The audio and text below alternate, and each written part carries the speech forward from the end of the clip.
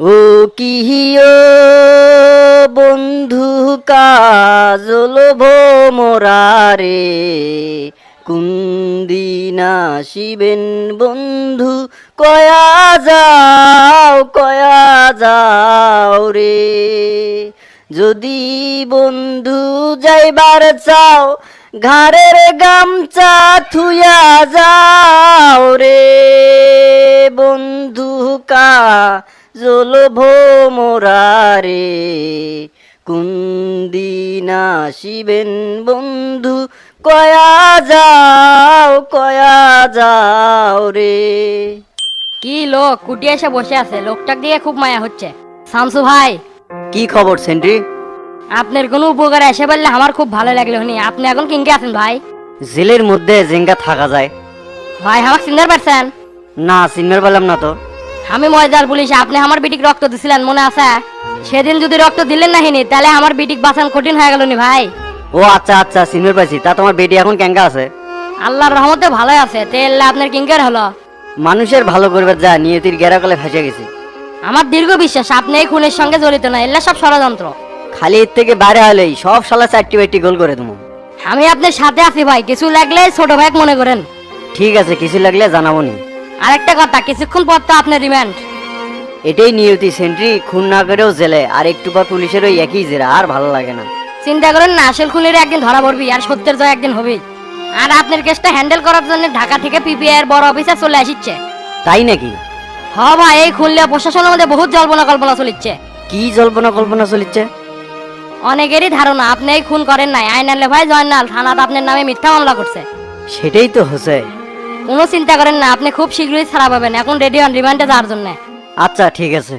এত যন্ত্রণা আর ভাল লাগিচ্ছে না। একটা মানুষের জন্য এত ফোন আসলে হয়? কে স্যার, কোবা শামসুর জন্য ফোন আসছে? হবারে, যে লোক সাভারে থাকতে কেউ চোখ তুলে তাকানোর সাহস পায়নি, সেই লোক গ্রামে এসে মিথ্যে খুনের জালে ফাঁসে গেছে। আমি কই কি স্যার, যজক টাকাতে কিনে নেওয়া যায় না? সেটা হলে তো ভালোই হলো নি। এমন লোকের কাছে কেস পড়ছে, 1 টাকা ঘুষ খায় না। তুমি মাহবুব উকিলে ফোন দিয়ে এটা আসবে কত, শালা কেসটা দিলাম যাবিনি করার বাচ্চা না। আচ্ছা আমি ফোন দিচ্ছি। রে, স্যান্ডেল থেকে ফোন দিছে। হ্যালো ভাই, আসসালামু আলাইকুম, কেঙ্কা আছেন? ওয়ালাইকুম আসসালাম হাবিব সাহেব, ভালো আর থুলেন কুটি। আপনার লাগাইলে কি ঘটিচ্ছে?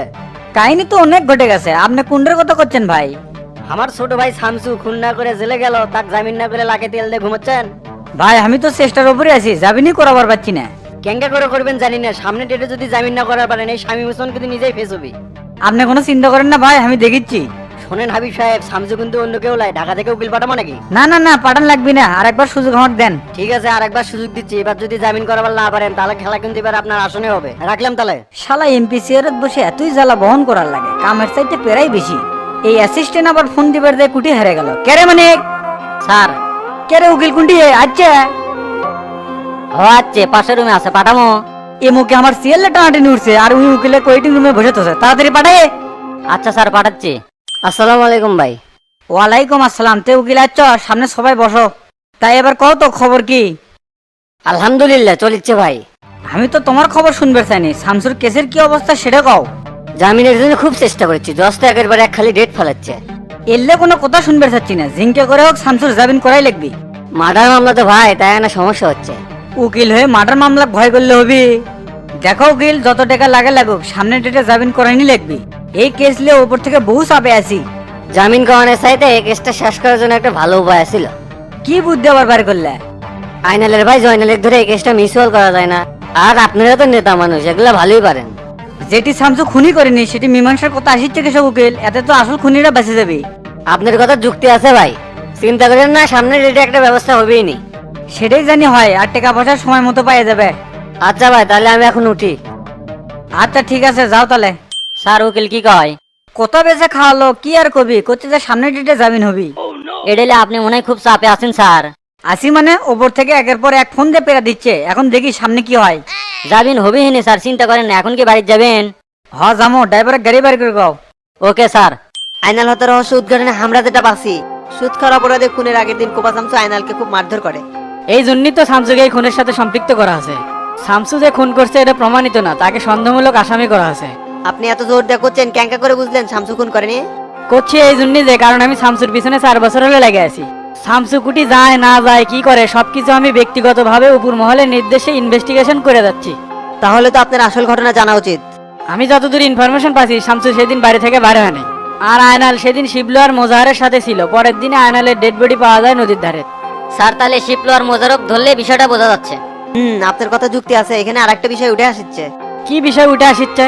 আক্কেলপুর ইউনিয়নের বর্তমানে সবই চেয়ারম্যান এই খুনের সাথে জড়িত থাকতে পারে, কেননা সামনে নির্বাচনে কোপা শামসু ওই ইউনিয়নের চেয়ারম্যান প্রার্থী ছিল। বিষয়টা আমার কাছে রহস্যজনক। কারণটা হলো জনে লেগে কেসের ব্যাপারে সকল সাহায্য সবই চেয়ারম্যানই করছে। এই দুজনকে ধরে সবি চেয়ারম্যানকে চোখে চোখে রাখা হোক।